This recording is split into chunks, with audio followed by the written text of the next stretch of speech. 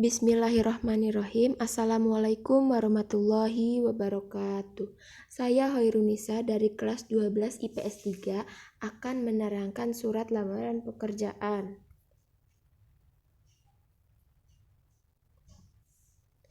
Pengertian surat lamaran pekerjaan.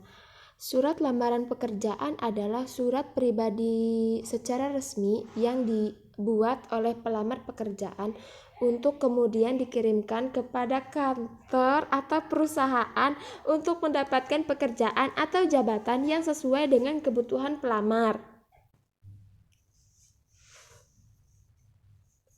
Lalu, berdasarkan sumber informasi lowongan pekerjaan terbagi menjadi 4. Yang pertama, berdasarkan dari iklan media cetak. Yang kedua, berdasarkan dari media audio atau radio. Yang ketiga, berdasarkan dari informasi orang lain. Dan yang terakhir, berdasarkan inisiatif diri sendiri. Lalu, struktur surat lamaran pekerjaan. Yang pertama, tempat dan tanggal pembuatan surat. Contohnya, Serang, 16 Agustus 2020. Ditempatkan pada pojok kanan atas, kata Agustus tidak boleh ditulis dengan angka. Yang kedua, lampiran dan perihal.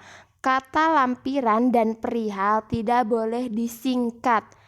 Angka dan kolom lampiran ditulis dengan huruf. Contohnya, lampiran 1 berkas, di bawahnya perihal surat lamaran pekerjaan. Lalu yang ketiga, alamat surat. Tidak menggunakan kata kepada. Alamat disarankan untuk tidak lebih dari 3 baris. Jabatan tidak boleh menggunakan jenis kelamin seperti bapak atau ibu.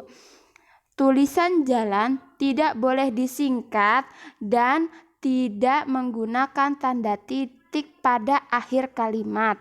Dan yang keempat, salam pembuka menggunakan tanda baca koma. Contohnya, dengan hormat, koma. Yang kelima, pembuka surat.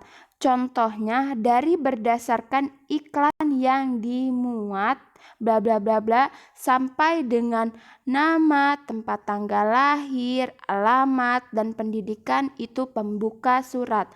Boleh ditambah yang lain-lain seperti nomor telepon, email, dan lain-lain sesuai dengan kebutuhan masing-masing. Dalam menuliskan keterangan atau identitas seperti nama, tempat tanggal lahir, alamat, dan pendidikan menggunakan huruf kecil. Yang keenam, isi surat. Isi surat lamaran pekerjaan adalah berisi permohonan untuk bekerja di suatu perusahaan, lembaga atau perseroan terbatas atau PT yang pada umumnya berisi identitas diri, jasa yang dapat dilakukan, pendidikan, hingga keterangan keahlian dan pengalaman. Lalu yang ketujuh, lampiran syarat lamaran pekerjaan. Contohnya, daftar riwayat hidup, fotokopi ijazah, fotokopi KTP, dan lain-lain, sesuai dengan keperluan dan ketentuan atau kebijakan dari masing-masing perusahaan. Yang ke-8, penutup surat. Contohnya, dengan demikian permohonan saya semoga dapat dipertimbangkan. Atas perhatian Bapak Ibu, saya mengucapkan terima kasih. Lalu yang ke-9, salam penutup. Contohnya, hormat saya, menggunakan tanda baca koma di akhir kalimat. Lalu yang ke-10, tanda tangan dan nama pelamar ditempatkan pada pojok kanan bawah sama seperti salam penutup. Lalu kaidah kebahasaan surat lamaran pekerjaan. Menggunakan bentuk surat yang standar, menggunakan bahasa yang baik dan benar, menggunakan kata-kata yang sopan, menggunakan kata-kata pengantar yang jelas, singkat, padat, informatif, dan tepat sasaran, dan tulisannya bersih, mudah dibaca, dan sesuai dengan kaidah ejaan yang diberlakukan.